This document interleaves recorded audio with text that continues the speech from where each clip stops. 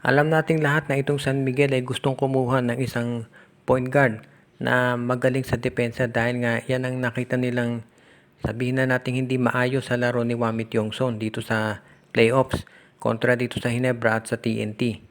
Kaya nga sa tingin ng karamihan na isa sa mga masasuggest ko na pwedeng gawin ng San Miguel ang kunin ay itong si Gio Halalon. Dahil ito si Halalon, alam natin na ang calling card niyan talaga ay yung kanyang depensa. So babagay ito dito sa gusto ni Coach Leo Austria na isang magaling na defensive point guard. May mga magsasabi siguro na matanda na itong si Halalon. Pero nakita naman natin si Chris Ross, 40 years old na, ang ganda pa rin ang pinapakita. At ang focus naman ng San Miguel ay next season. Hindi nila tinitingnan yung 3 years, 5 years from now. Ang gusto nila ay maka-Grand Slam na next season. At kaya pa naman talaga ni Gio Halalon na maglaro.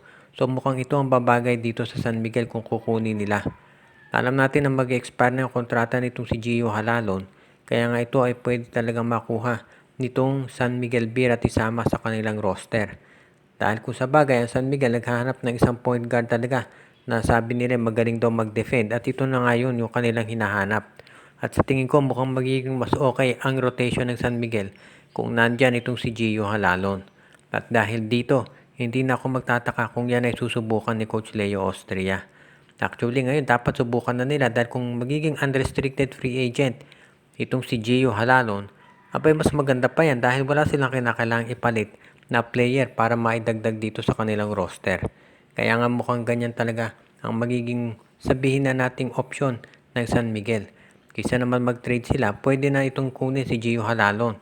At kaysa naman kumuha ng rookie na hindi pa subok o kaya yung ganitong glassing pressure kapag ikaw may naglalaro sa isang koponan katulad ng San Miguel na laging inaasahang mananalo.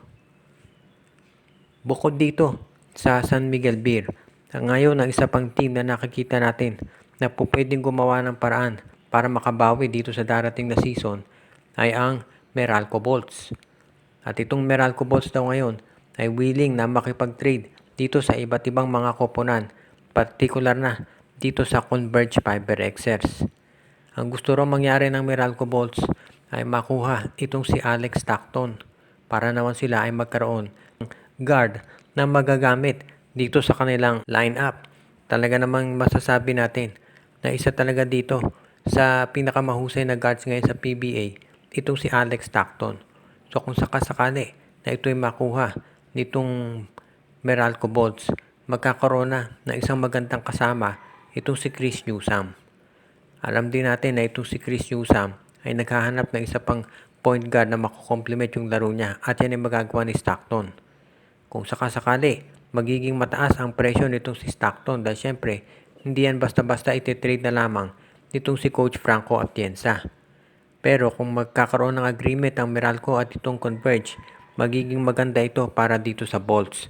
Lalo na at gusto nga nila na maging mas maganda yung kanilang sabihin na natin kalalabasan ng laro pagdating dito sa darating na season ng PBA. Dahil nga mula sa pagiging All Filipino Champion ang aga nilang na-eliminate sa playoffs, kaya syempre very disappointing yan para dito sa MVP group. Pero ganun pa man, handang bumawi itong si Coach Luigi Trillo at yung pagkuha dito kay Alex Stockton ang isa dito sa magiging paraan para ito'y magawa niya. Kaya hindi na ako magugulat talaga kung ito'y matutuloy dahil syempre kung ikaw naman itong si Coach Luigi Trillo, gagawin mo ang lahat para ito talaga ay masakatuparan.